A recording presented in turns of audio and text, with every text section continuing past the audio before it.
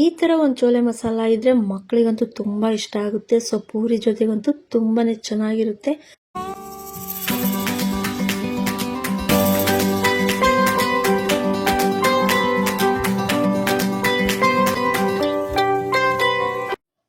ಎಲ್ಲರಿಗೂ ನಮಸ್ಕಾರ, welcome to ಸಮೃದ್ಧಿ ಅಡಿಗೆ ಮನೆ.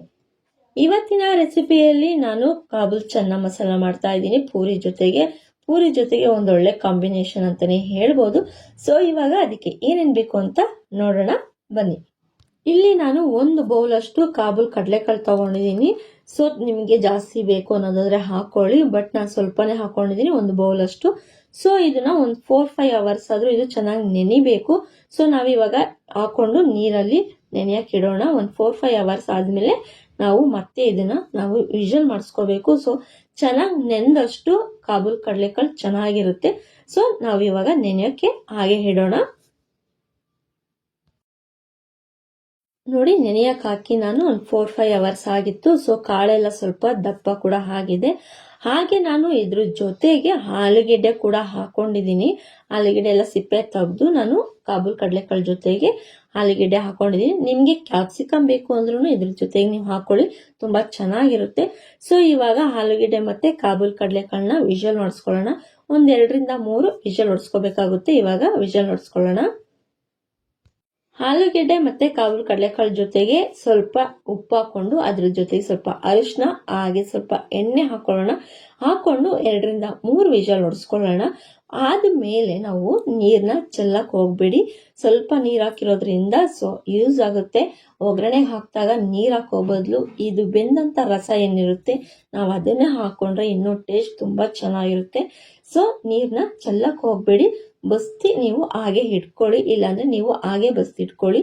ಅದು ಒಗ್ಗರಣೆ ಹಾಕ್ಬೇಕಾದ್ರೆ ನಾವು ಡೈರೆಕ್ಟ್ ಆಗಿ ಅದನ್ನೇ ಹಾಕೊಂಡ್ರೆ ತುಂಬಾ ಚೆನ್ನಾಗಿರುತ್ತೆ. 2-3 ವಿಷಲ್ ಹೊಡಿಸ್ಕೊಂಡು ತಣ್ಣಗಾದ್ಮೇಲೆ ಕ್ಯಾಪ್ನ ಓಪನ್ ಮಾಡಿದೀನಿ. ಸೊ ನೋಡ್ತಿರ್ಬೋದು ಆಲೂಗೆಡ್ಡೆ ಮತ್ತೆ ಕಾಬೂಲ್ ಕಡಲೆಗಳು ತುಂಬಾ ಚೆನ್ನಾಗಿ ಬೆಂದಿದೆ. ನಿಮ್ಗೆ ಏನಾದ್ರು ಬೆಂದಿಲ್ಲ, ಇನ್ನೂ ಸ್ವಲ್ಪ ಬೇಯಬೇಕು ಅನ್ನೋದಾದ್ರೆ ನೀವು ಇನ್ನೂ 1-2 ವಿಷಲ್ ಹೊಡಿಸ್ಕೊಳ್ಳಿ. ಕಾಳು ನೆಂದಷ್ಟು ಬೇಗ ಬೇಯುತ್ತೆ ಕೂಡ. ಕಾಳು ಏನಾದ್ರು ನೆಂದಿಲ್ಲ ಚೆನ್ನಾಗಿ ಅಂದ್ರೆ, ಕಾಳು ಮಧ್ಯದಲ್ಲಿ ಗಟ್ಟಿ ಇತ್ತು ಅಂದ್ರೆ ಕಾಳು ಬೇಯೋದಿಲ್ಲ. ಸೊ ಚೆನ್ನಾಗಿ ನೆನೆಸಿಟ್ಕೊಳ್ಳಿ, ಸೊ ಚೆನ್ನಾಗಿ ಬೇಯುತ್ತೆ ಕೂಡ. ಸೊ ನಾನು ಬೇಯಿಸ್ಕೊಂಡಿದ್ದ ಕಾಬೂಲ್ ಕಡಲೆಕಾಳು ಚೆನ್ನಾಗಿ ಬೆಂದಿತ್ತು. ಸೊ ಇವಾಗ ಇದಕ್ಕೆ ಒಂದು ಮಸಾಲೆ ರೆಡಿ ಮಾಡ್ಕೋಬೇಕಲ್ವಾ. ಇವಾಗ ಅದಕ್ಕೆ ಏನೇನ್ ಬೇಕು ಅಂತ ನೋಡೋಣ. ಇಲ್ಲಿ ನಾನು 1/2 ಸ್ಪೂನ್ ಅಷ್ಟು ಗರಂ ಮಸಾಲ ತಗೊಂಡಿದ್ದೀನಿ. ಹಾಗೆ ಎವರೆಸ್ಟ್ ಅವ್ರದ ಚೋಲೆ ಮಸಾಲ ಪೌಡ್ರು 2 ಸ್ಪೂನ್ ತಗೊಂಡಿದ್ದೀನಿ. ನೋಡ್ತಿರ್ಬೋದು ಈ ತರ ಒಂದು ಪ್ಯಾಕ್ ಸಿಗುತ್ತೆ ಚೋಲೆ ಮಸಾಲ ಪೌಡರ್. ಸೊ ನಾನು ಇದರಲ್ಲಿ 2 ಸ್ಪೂನ್ ತಗೊಂಡಿದ್ದೀನಿ. ಹಾಗೆ 1 ಸ್ಪೂನ್ ಧನಿಯಾ ಪುಡಿ, 1 ಸ್ಪೂನ್ ಅಚ್ಕಾರದ ಪುಡಿ, ಹಾಗೆ 1/2 ಸ್ಪೂನ್ ಅಷ್ಟು ಶುಂಠಿ ಬೆಳ್ಳುಳ್ಳಿ ಪೇಸ್ಟ್ ತಗೊಂಡಿದ್ದೀನಿ. 1/2 ಸ್ಪೂನ್ ಗಸಗಸೆ, ಹಾಗೆ 1 ಕಪ್ ಅಂದ್ರೆ 2 ಈರುಳ್ಳಿ ಸಣ್ಣಗೆ ಹೆಚ್ಚಿಟ್ಕೊಂಡಂತ ಈರುಳ್ಳಿ ತಗೊಂಡಿದ್ದೀನಿ. 1 ಕಪ್ ಅಷ್ಟು ತೆಂಗಿನ ತುರಿ, ಹಾಗೆ ಕೊತ್ತಂಬರಿ ಸೊಪ್ಪು. ಇಲ್ಲಿ ನಾನು ಟೊಮೊಟೊನ ಪ್ಯೂರಿ ಮಾಡಿ ಇಟ್ಕೊಂಡಿದ್ದೀನಿ, ಅಂದ್ರೆ ಪೇಸ್ಟ್ ಮಾಡಿ ಇಟ್ಕೊಂಡಿದ್ದೀನಿ. 2-3 ಟೊಮೊಟೊ ಹಾಕಿ ಪೇಸ್ಟ್ ಮಾಡಿ ಇಟ್ಕೊಂಡಿದ್ದೀನಿ. ಹಾಗೆ 2 ಪೀಸ್ ಚಕ್ಕೆ, 1 ಲವಂಗ, ಕಸ್ತೂರಿ ಮೇಥಿ. ಇದು ನಾವು ಬೇಯಿಸಿಟ್ಕೊಂಡಂತಹ ಕಾಬೂಲ್ ಕಡಲೆಕಾಳು ಮತ್ತೆ ಆಲೂಗೆಡ್ಡೆ. ಇವಾಗ ರೆಡಿ ಮಾಡ್ಕೊಳ್ಳೋಣ. ಫಸ್ಟ್ ನಾವಿಲ್ಲಿ ಕಾಯಿ ತುರಿ ತಗೊಂಡು ಹಾಗೆ ಗಸಗಸೆನೂ ಹಾಕೊಂಡು ಮಿಕ್ಸಿಲಿ ಗ್ರೈಂಡ್ ಮಾಡ್ಕೊಳ್ಳೋಣ. ಕಾಯಿ ತುಂಬಾ ಸಣ್ಣ ಹಾಕ್ಬೇಕು, ಅಲ್ಲಿವರೆಗೂ ಚೆನ್ನಾಗಿ ರುಬ್ಕೊಳ್ಳಿ.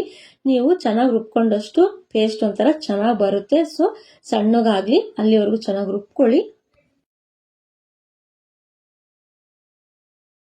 ನೋಡ್ತಿರ್ಬೋದಲ್ಲ, ಈ ತರ ಒಂದು ಪೇಸ್ಟ್ ರೆಡಿ ಆಗ್ಬೇಕು. ಸಣ್ಣಗಿದ್ರೇನೆ ಚೆನ್ನಾಗಿರುತ್ತೆ ಕಾಬೂಲ್ ಚನ್ನ ಮಸಾಲೆಗೆ.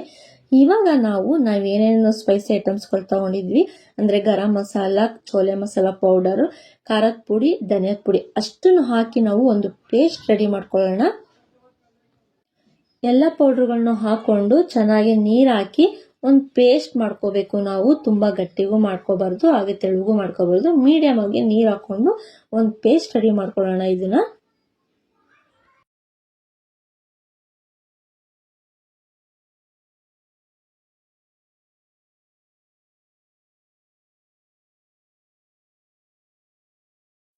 ಫೈನಲ್ ಆಗಿ ಒಂದು ಪೇಸ್ಟ್ ಕೂಡ ರೆಡಿ ಆಯ್ತು.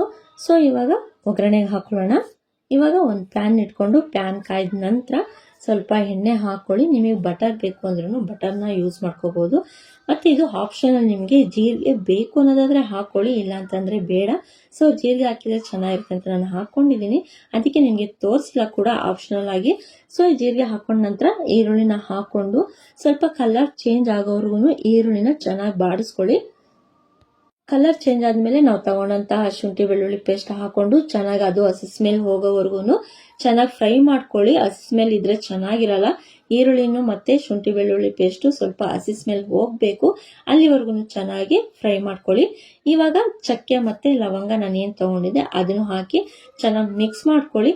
ಇವಾಗ ನಾವೇನು ತಗೊಂಡಿದ್ವಿ ಟೊಮೊಟೊ ಪೇಸ್ಟ್ ಅದನ್ನ ಹಾಕಿ ಚೆನ್ನಾಗಿ ಮಿಕ್ಸ್ ಮಾಡಿ, ಅದು ಹಸಿ ಸ್ಮೆಲ್ ಹೋಗಬೇಕು, ಚೆನ್ನಾಗಿ ಸ್ವಲ್ಪ ಎಣ್ಣೆ ಬಿಡಬೇಕು, ಅಲ್ಲಿವರೆಗೂ ಚೆನ್ನಾಗಿ ಫ್ರೈ ಮಾಡ್ಕೊಳ್ಳಿ. 1/4 ಚಮಚದಷ್ಟು ಅರಿಶಿನ ಹಾಕೊಳ್ಳೋಣ. ಅರಿಶಿನ ಹಾಕ್ಕೊಂಡು ನಂತರ ಚೆನ್ನಾಗಿ ಮಿಕ್ಸ್ ಮಾಡಿಕೊಂಡು ನಾವೇನು ಬೇಯಿಸಿಟ್ಕೊಂಡಿದ್ವಿ ಕಾಬೂಲ್ ಕಡಲೆಕಾಳು ಮತ್ತು ಆಲೂಗೆಡ್ಡೆನ ಅಷ್ಟನ್ನು ಹಾಕಿ ಚೆನ್ನಾಗಿ ಮಿಕ್ಸ್ ಮಾಡ್ಕೊಳ್ಳೋಣ.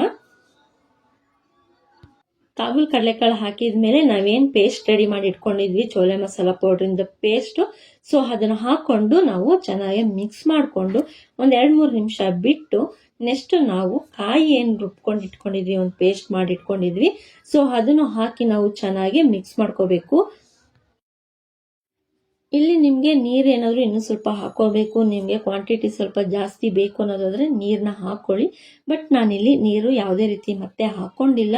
ಕಾಬೂಲ್ ಕಡಲೆಕಾಳು ಮತ್ತು ಆಲೂಗಡ್ಡೆ ಬೇಯಿಸ್ಕೊಂಡಿದ್ದಂತಹ ನೀರೇನಿತ್ತು ನಾನು ಅಷ್ಟೇ ಹಾಕ್ಕೊಂಡು ಗ್ರೇವಿ ಮಾಡ್ಕೊಂಡಿದ್ದೀನಿ. ಸೊ ನಿಮ್ಗೇನಾದ್ರು ಬೇಕು ಅಂದರೆ ಇನ್ನೂ ಸ್ವಲ್ಪ ನೀರನ್ನ ಹಾಕೋಬೋದು, ಹಾಕ್ಕೊಳ್ಳಿ.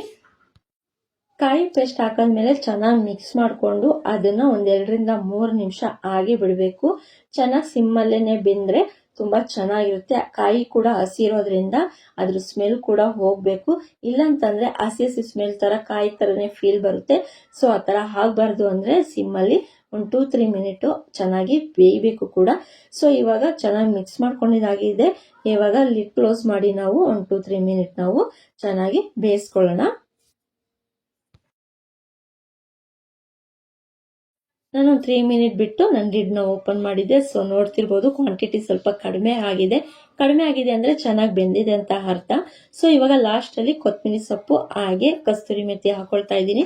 ನಿಮಗೆ ಇಲ್ಲಿ ಏನಾದರೂ ಫ್ರೆಶ್ ಕ್ರೀಮ್ ಹಾಕೋಬೇಕು ಅಂತ ಅನ್ನೋದಾದರೆ ಹಾಕೊಳ್ಳಿ. ಮನೇಲಿ ಯಾರು ಇಟ್ಕೊಂಡಿರೋದಿಲ್ಲ, ಸೊ ನಾನು ಅದಕ್ಕೆ ಹಾಕೊಂಡಿಲ್ಲ. ನಿಮ್ಗೆ ಬೇಕು ಅನ್ನೋದಾದರೆ ಹಾಕೊಳ್ಳಿ. ಫ್ರೆಶ್ ಕ್ರೀಮ್ ಹಾಕಿದ್ರೂ ತುಂಬ ಚೆನ್ನಾಗಿರುತ್ತೆ ಗ್ರೇವಿ. ಹಾಗೆ ಪೂರಿ ಜೊತೆಗಂತೂ ತುಂಬಾನೇ ಚೆನ್ನಾಗಿರುತ್ತೆ, ಒಳ್ಳೆ ಕಾಂಬಿನೇಷನ್ ಅಂತಾನೆ ಹೇಳ್ಬೋದು. ನೋಡ್ತಿರ್ಬೋದಲ್ಲ ತುಂಬಾನೇ ಚೆನ್ನಾಗಿದೆ. ಇದೇ ರೀತಿ ಒಳ್ಳೊಳ್ಳೆ ರೆಸಿಪಿಗಳಿಗೆ ನೀವು ಮಾಡಬೇಕಾಗಿರೋದಿಷ್ಟೇ, ನಮ್ಮ ಸಮೃದ್ಧಿ ಅಡುಗೆ ಮನೆ ಚಾನೆಲ್ನ ಸಬ್ಸ್ಕ್ರೈಬ್ ಮಾಡ್ಕೊಳ್ಳಿ. ಹಾಗೆ ನೋಟಿಫಿಕೇಶನ್ಗೆ ಬೆಲ್ ಐಕನ್ ಮೇಲೆ ಕ್ಲಿಕ್ ಮಾಡಿ. ನಾವು ಅಪ್ಲೋಡ್ ಮಾಡುವಂತಹ ವಿಡಿಯೋಸ್ಗಳು ನಿಮಗೆ ಬೇಗ ರೀಚ್ ಆಗುತ್ತೆ. ಸೊ ನೋಡ್ತಿರ್ಬೋದು ಫೈನಲ್ ಆಗಿ ಕಾಬೂಲ್ ಚನ್ನ ಮಸಾಲ ರೆಡಿ ಆಯಿತು. ಸೊ ಪೂರಿ ಹಾಕೋಷ್ಟರಲ್ಲಿ ಸ್ವಲ್ಪ ಗಟ್ಟಿ ಕೂಡ ಆಗಿತ್ತು, ಬಟ್ ತುಂಬಾನೇ ಚೆನ್ನಾಗಿತ್ತು. ಟೇಸ್ಟ್ ಮಾತ್ರ ತುಂಬಾನೇ ಚೆನ್ನಾಗಿ ಬಂದಿತ್ತು. ಸೊ ನಿಮಗೆ ಇಲ್ಲಿ ಫ್ರೆಶ್ ಕ್ರೀಮ್ ಬೇಕು ಅನ್ನೋದಾದ್ರೆ ಮಾತ್ರ ಹಾಕೊಳ್ಳಿ, ಇಲ್ಲ ಅಂತಂದ್ರೆ ಬೇಡ. ಸೊ ಯಾರು ಮನೇಲಿ ಇಟ್ಕೊಂಡಿರೋದಿಲ್ಲ ಫ್ರೆಶ್ ಕ್ರೀಮ್ನ, ಬಟ್ ತಗೊಂಡ್ಬಂದ್ರು ಅದು ಅವಾಗಲೇ ಯೂಸ್ ಮಾಡ್ಕೋಬೇಕು, ಇಟ್ಕೊಳಕ್ ಆಗೋದಿಲ್ಲ. ಹಾಗಾಗಿ ನಾನು ಫ್ರೆಶ್ ಕ್ರೀಮ್ನ ಯೂಸ್ ಮಾಡಿಲ್ಲ. ಪೂರಿ ಜೊತೆಗೆ ಈ ತರ ಚೆನ್ನ ಮಸಾಲ ಮಾಡ್ಕೊಳ್ಳಿ, ತುಂಬಾನೇ ಚೆನ್ನಾಗಿರುತ್ತೆ. ಹಾಗೆ ನಾವು ಮಾಡಿದಂಥ ರೆಸಿಪಿ ನಿಮಗೆ ಇಷ್ಟ ಆಗಿದ್ರೆ ನಿಮ್ಮ ಫ್ರೆಂಡ್ಸ್ಗಳಿಗೂ ಶೇರ್ ಮಾಡಿ, ಹಾಗೆ ಲೈಕ್ ಕೂಡ ಮಾಡಿ. ತುಂಬಾನೇ ಚೆನ್ನಾಗಿದೆ ಈ ರೆಸಿಪಿ. ನೀವು ಒಂದ್ಸಲ ಟ್ರೈ ಮಾಡಿ, ಹೇಗೆ ಬಂದಿದೆ ಅಂತ ನಿಮ್ಮ ಕಮೆಂಟ್ ಮೂಲಕ ನಮಗೆ ತಿಳಿಸಿ. Thank you.